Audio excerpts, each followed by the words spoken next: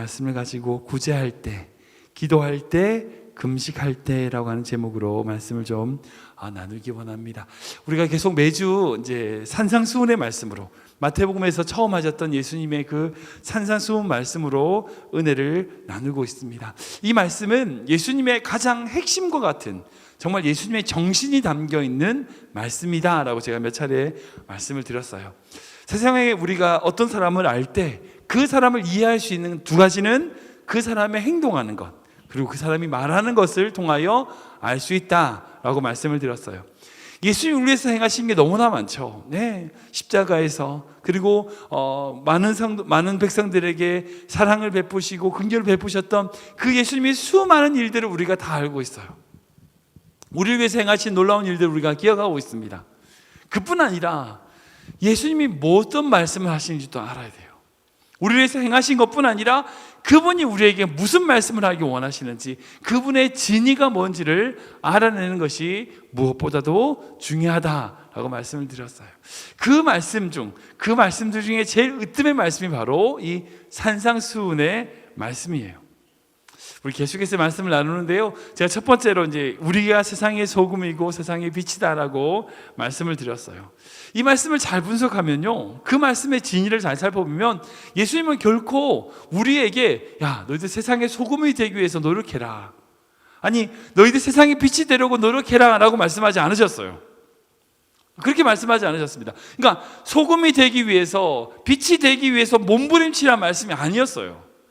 그 말씀은 이미 우리 보고 소금이라는 거예요.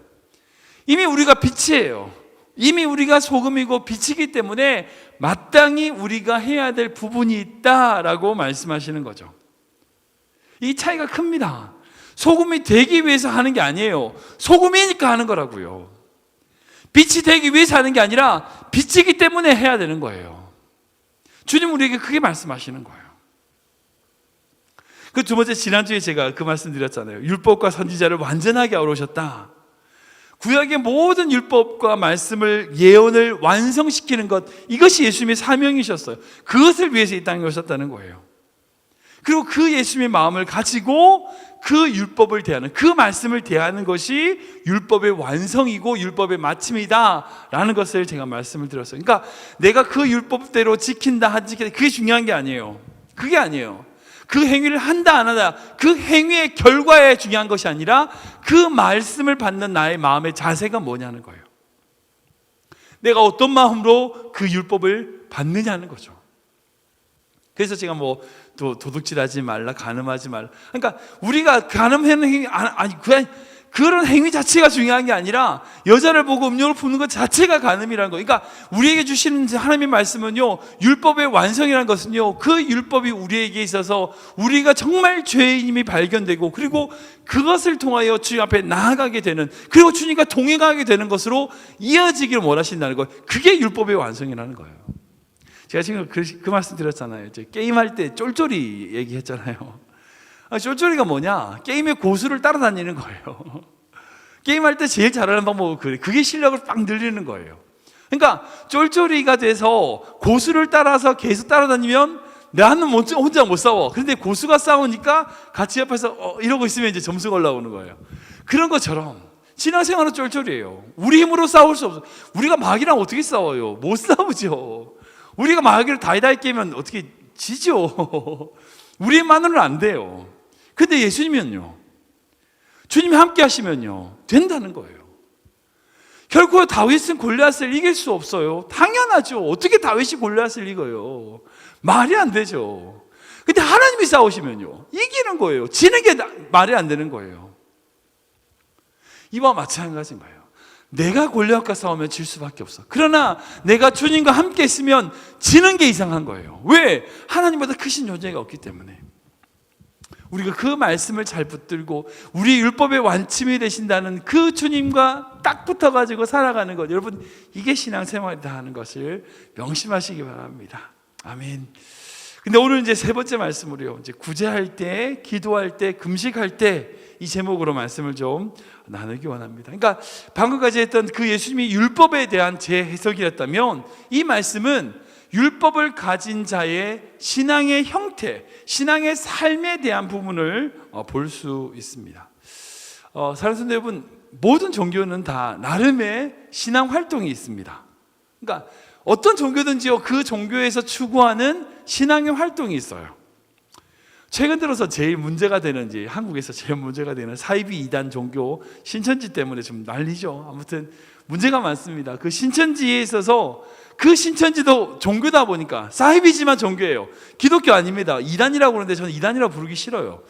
이단은 좀 끝이 다르다는 거잖아요. 근데 이거 처음부터 달라. 그러니까 신천지는 이단이 아니고 사이비 종교예요. 이 사이비 종교인 이만이라고 하는 사람을 재림 예수 내지는 그 율법의 완성자 이런 식으로 해서 꾸며가지고 믿는 종교인데 사이비 종교예요. 아무튼 이 종교에서 제일 중요한 신앙 활동이 있어요. 그게 뭔지 아시죠? 포교예요, 포교. 그러니까 우리나라 말, 우리 기독교식으로 하면 전도예요. 전도하는 것 때문에, 그 포교하는 것 때문에 뭐 해도 돼요? 거짓말해도 상관없어요. 남을 속여도 상관없어요. 그 신앙의 행위라고 하는 그 포교를 위해서라면요, 뭘 해도 상관없다는 거예요. 심지어는 그 포교를 못하는 사람이 벌금 100만 원씩 낸다고 하더라고요.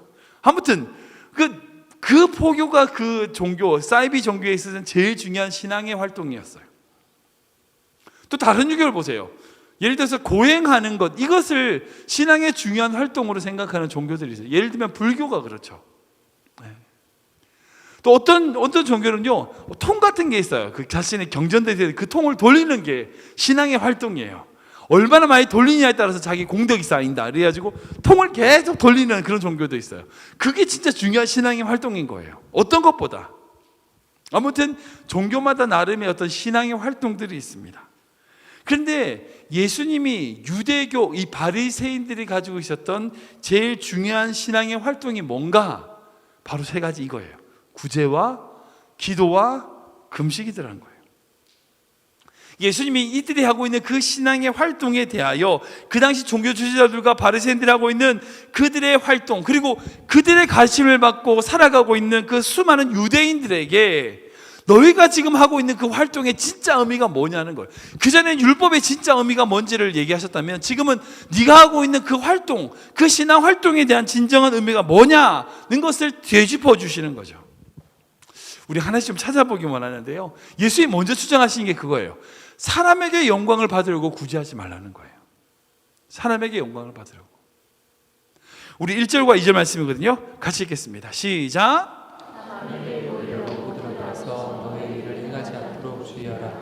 그리하지 아니하면 하늘에 계신 너희 아버지께 상을 받지 못하느니라. 그러므로 구제할 때에 외식하는 자가 사람에게서 영광을 받으려고 땅과 거리에서 하는 것 같이 너 옆에 나팔을 불지라. 진실로 너희에게 이르노니 그들은 자기 상을 이미 받았느니라. 아멘. 사랑하는 여러분, 분명 하나님은요, 다른 사람을 돕는 것, 다른 사람에게 구제하는 것을 기뻐하십니다. 이걸 부인하지 않으세요. 예수님이 그리고 다른 사람을 불쌍히 여기고 가난한 사람을 도와주는 그 구제에 대하여 분명히 하나님은 기뻐하십니다. 근데 다만 그 신앙의 활동의 목적이 뚜렷하기를 원하시는 거예요.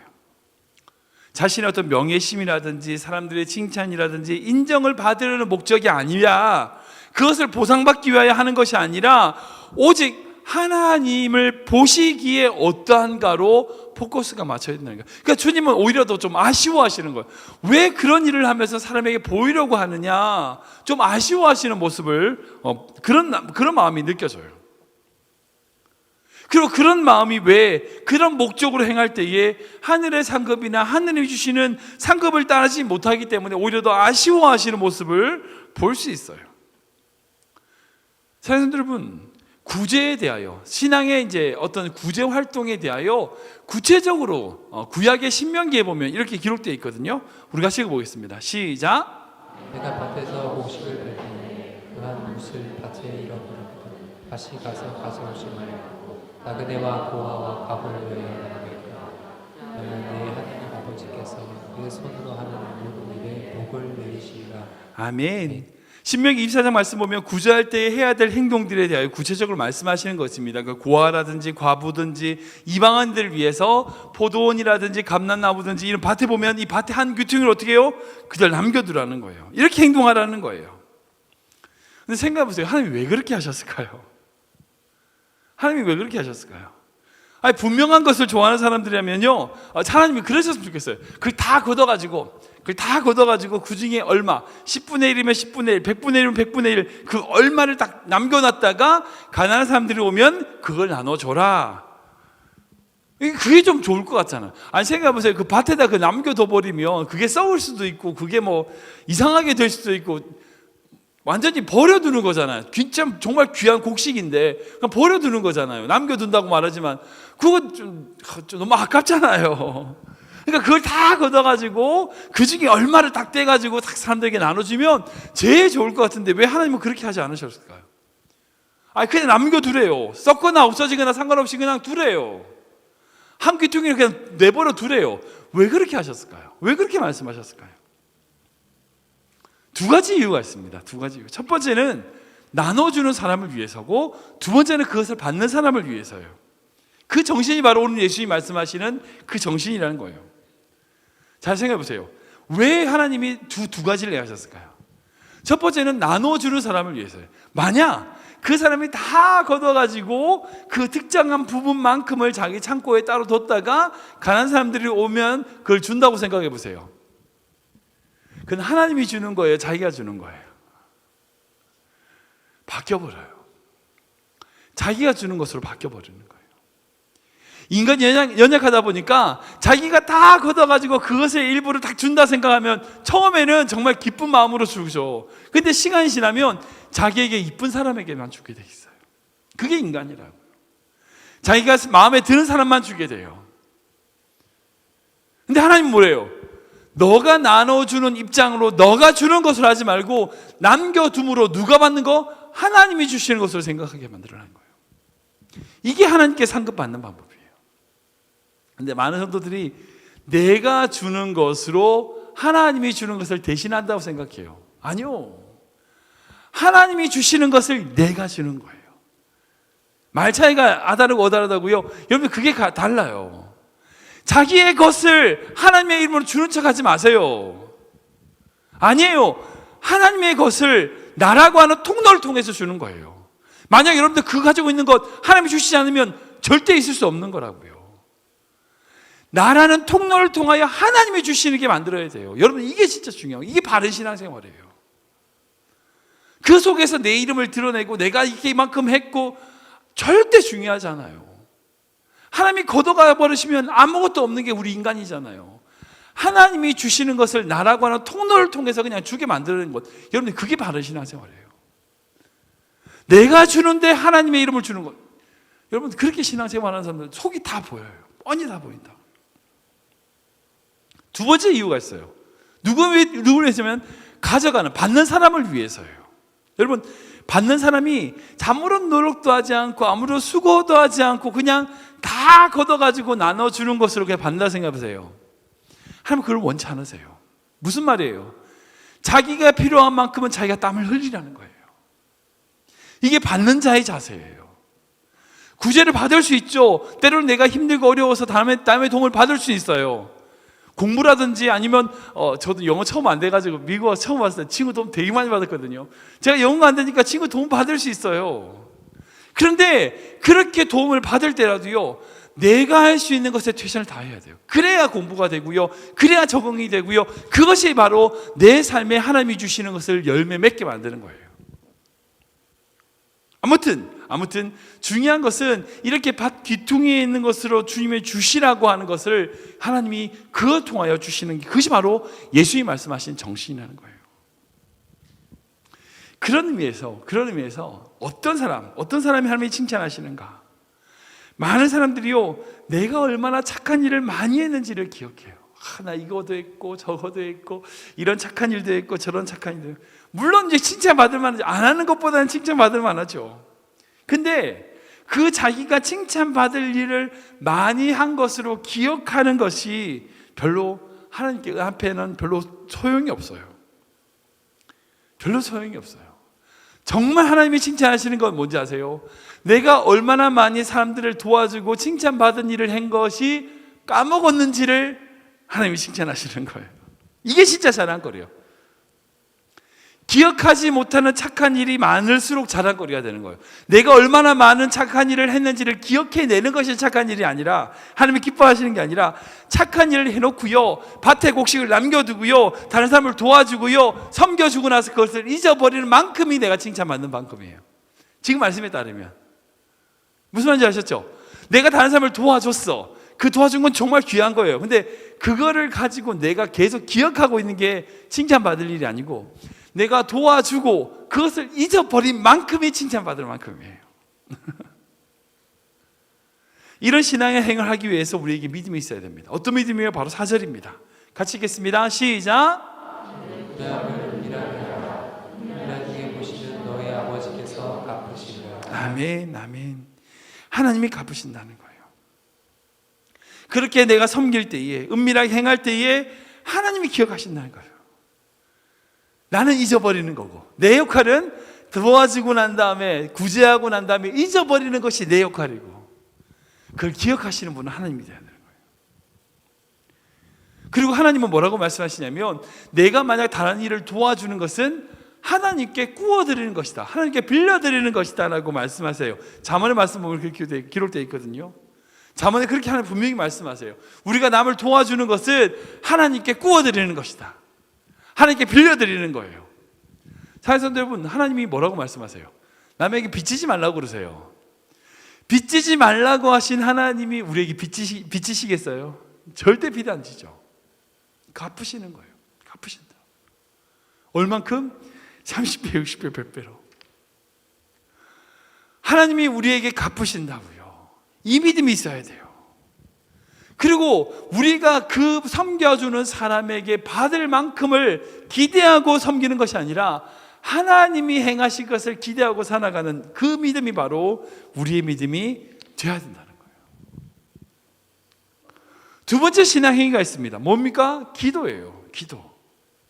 그래서 예수님이 뭐라고 말씀하시냐면, 사람에게 보이려고 기도하지 말라고 그러세요. 사람에게 보이려고. 우리 5절 말씀이거든요. 같이 읽겠습니다. 시작. 너는 기도할 때에 외식한 자와 같이 하지 말라. 그들은 사람에게 보이려고 회당과 큰 거리 옆에 있어서 기도하기를 좋아한다. 내가 진실로 너희에게 이르노니 그들은 자기 상을 이미 받았느니라. 아멘, 아멘. 우리가 기도할 때 많이 잊어버리는 것 중에 한 가지가, 제일 중요한 것 중에 한 가지가 있습니다. 그건 뭐냐면, 우리의 기도가 우리의 필요한 것을 하나님이 모르시기 때문에 기도하는 것이 아니라는 거예요. 즉, 다시 말해서 우리에게 필요한 것을 하나님이 몰라. 하나님, 제가 필요한 게 요거 필요한데 하나님 모르시죠. 제가 가르쳐 드릴게요. 자, 이것도 필요하고요, 저것도 필요하고요, 세 개도 필요해요. 다른 거 필요하지만 요 세 개는 있어야 됩니다. 하나님, 이걸 가르쳐 드리는 것이 기도라고 생각 안 하시는 분들이 있다는 거예요. 오늘 말씀 보시면 뭐예요? 틀려요? 맞아요? 틀립니다. 네. 아니, 하나님이 다 아세요. 우리에게 있어야 될 것을 아신다고 말씀하세요. 우리에게 뭐 필요한지 다 아신대요. 여기에 질문. 그럼 왜 기도하죠? 다 아시는데. 하나님은 이미 우리에게 있어야 될 걸 다 아시는데. 그렇잖아요. 우리가 필요한 걸 모르시는 것도 아니고, 지금 뭐 다 아시는데, 근데 왜 우리에게 기도하라고 말씀하실까요? 그리고 우리가 있어야 될 것을 정말 로마서 말씀 보면, 그 아들까지 아끼지 않고 주시니까 어떤 것든지 모든 것을 아끼지 않겠느냐라고 말씀하신 것처럼 모든 것을 주신다고 하시는데, 모든 것 다 주신다는데 우리가 왜 기도를 해야 되죠? 여기에 중요한 핵심이 그래요. 기도를 왜 하는가? 기도를 왜 하는가? 하나님 위해서가 아니에요. 하나님 위해서가 아니에요. 우리를 위해서 하는 거예요.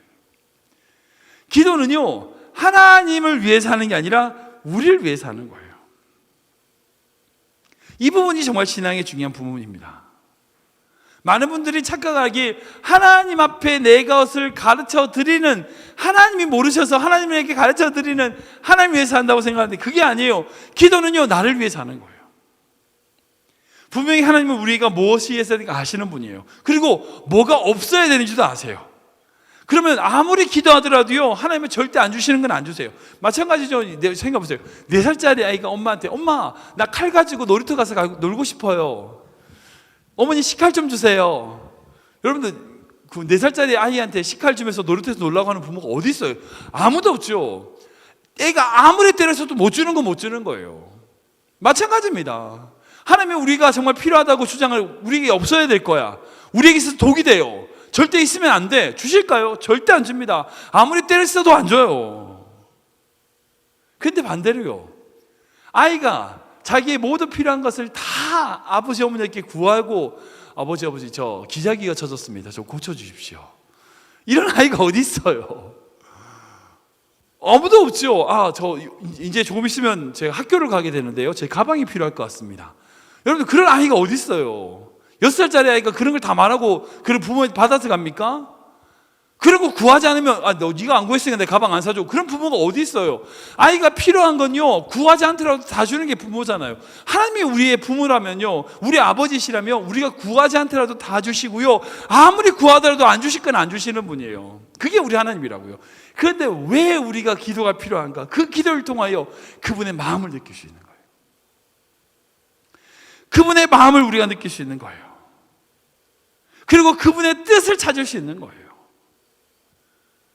여러분들, 이제 요한일서에 보면 사도 요한이 이렇게 고백하거든요. 같이 보겠습니다. 시작.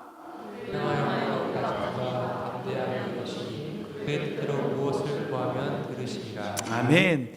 이 사도 요한에게 담대함이 있습니다. 어떤 담대함이냐? 내가 무엇을 구하든지 다 하나님이 들어주신다는 거예요. 응답해 주신다는 거예요. 근데 뭐예요? 그의 뜻대로, 그의 뜻대로. 기도해 보신 분들은 이 말씀의 의미를 알고 있습니다. 우리가 응답할 때, 기도할 때에 하나님의 뜻대로 구하는 것을 구했을 때에 받은 응답을, 그것을 응답 받으신 분들이라면 이 말에 무슨 담담을 알아요. 내가 기도해 보면요, 이게 내 욕심인지 하나님이 원하시는 뜻인지 알아요. 사실은 알아요. 정말 내 욕심대로 하나님께 계속 구하는 분들이 있어요. 그런데 그렇게 기도하다 보면 하나님의 뜻 안에서 내 뜻이 맞춰지고, 그리고 그 뜻을 통하여 내가 하나님의 응답을 받는 방법을, 비결을 배우게 되는 거예요. 제가 늘 말씀드리죠. 기도는요, 기도함으로 하나님의 보좌를 움직이는 게 아니에요. 기도하면 기도할수록 내가 바뀌어요. 내가 변한다고요. 그래서 기도하면 손해예요. 여러분들, 혹시 여러분들 부부 싸움을 하시면 절대 기도하시면 안 돼요. 왠지 아세요? 내가 기도하면 내가 먼저 사과하게 돼 있어요. 근데 진짜 놀라운 건, 그렇게 기도함으로 먼저 사과하는 자가 결국 하나님이 기뻐하시는 자예요. 인간의 삶은 다 똑같아요. 누구나 다 자기 생각이 있고요, 자기 욕심이 있어요.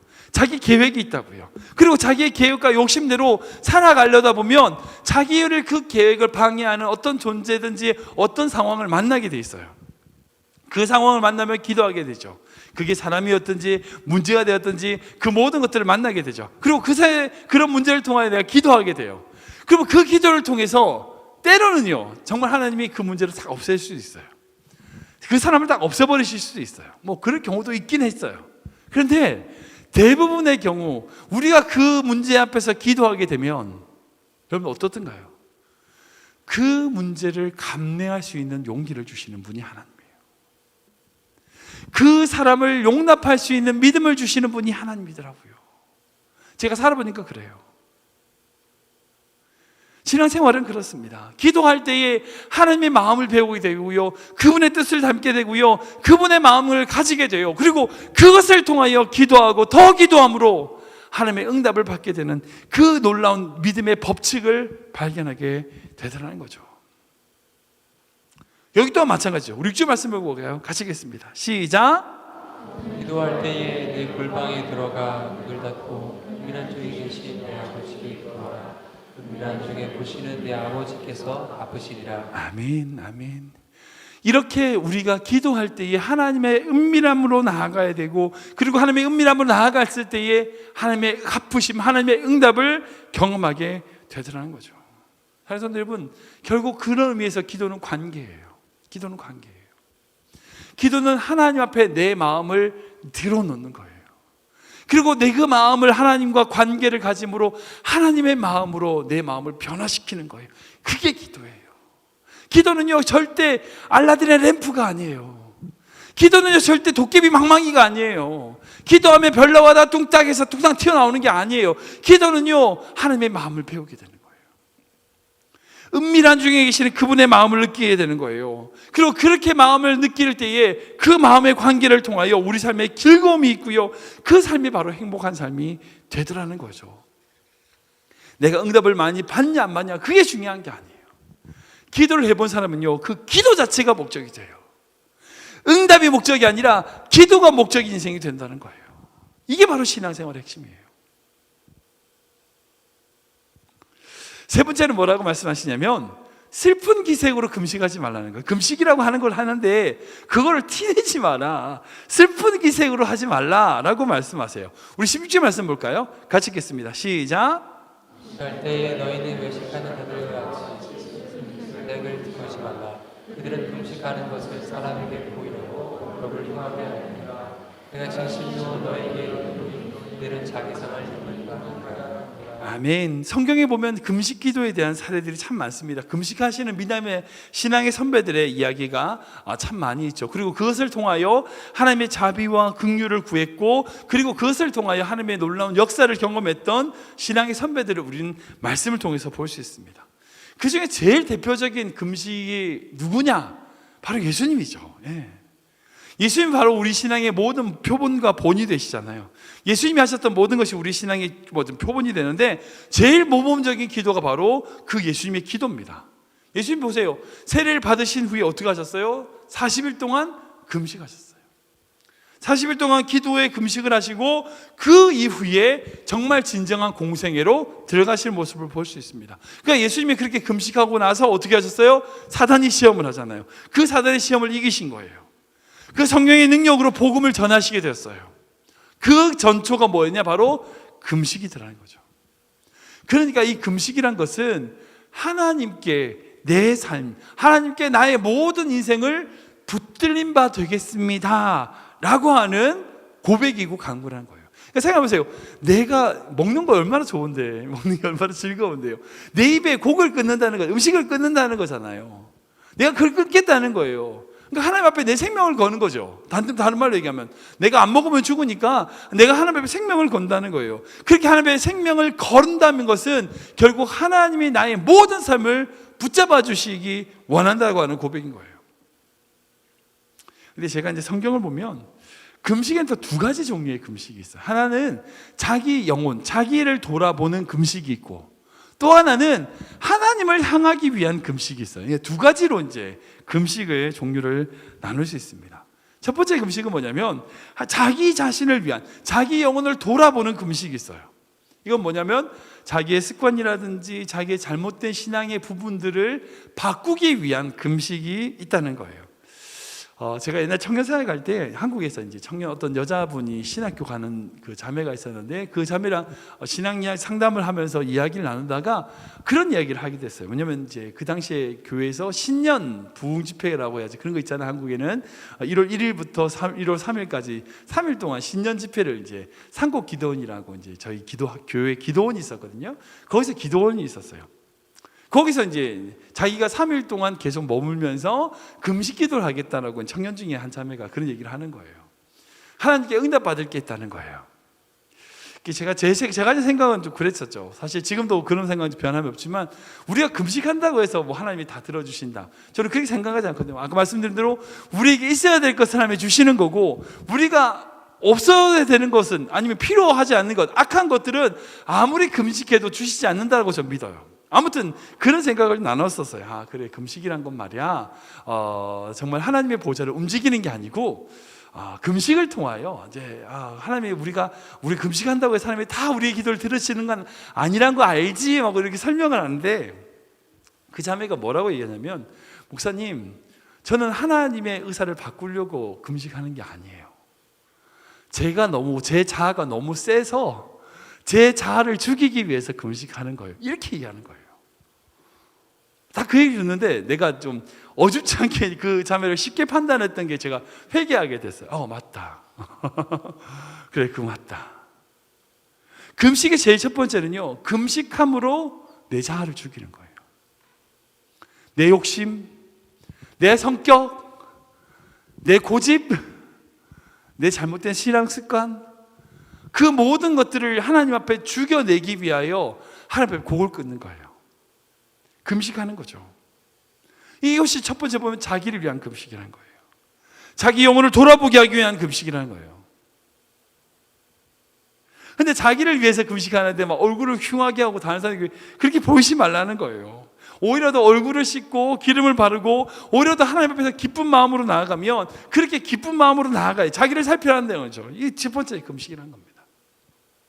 근데 두 번째 금식이 있어요. 그게 뭐냐면 하나님을 향하기 위한 금식이에요. 첫 번째는 자기 자신을 죽이고 자기 자신을 내려놓고 자기의 모든 것을 붙들기 위한 금식이라면, 두 번째는 내가 그것이 준비됐어. 근데 하나님께 더 나아가기 위하여 하나님의 얼굴을 더 구하기 위하여 하는 금식이에요. 제일 대표적인 금식이 누구냐? 바로 모세의 금식이었어요. 모세가 시내산에 올라가서 하나님의 언약의 궤를 받습니다. 40일 동안 금식을 했어요. 그를 통하여 하나님의 말씀을 받았죠.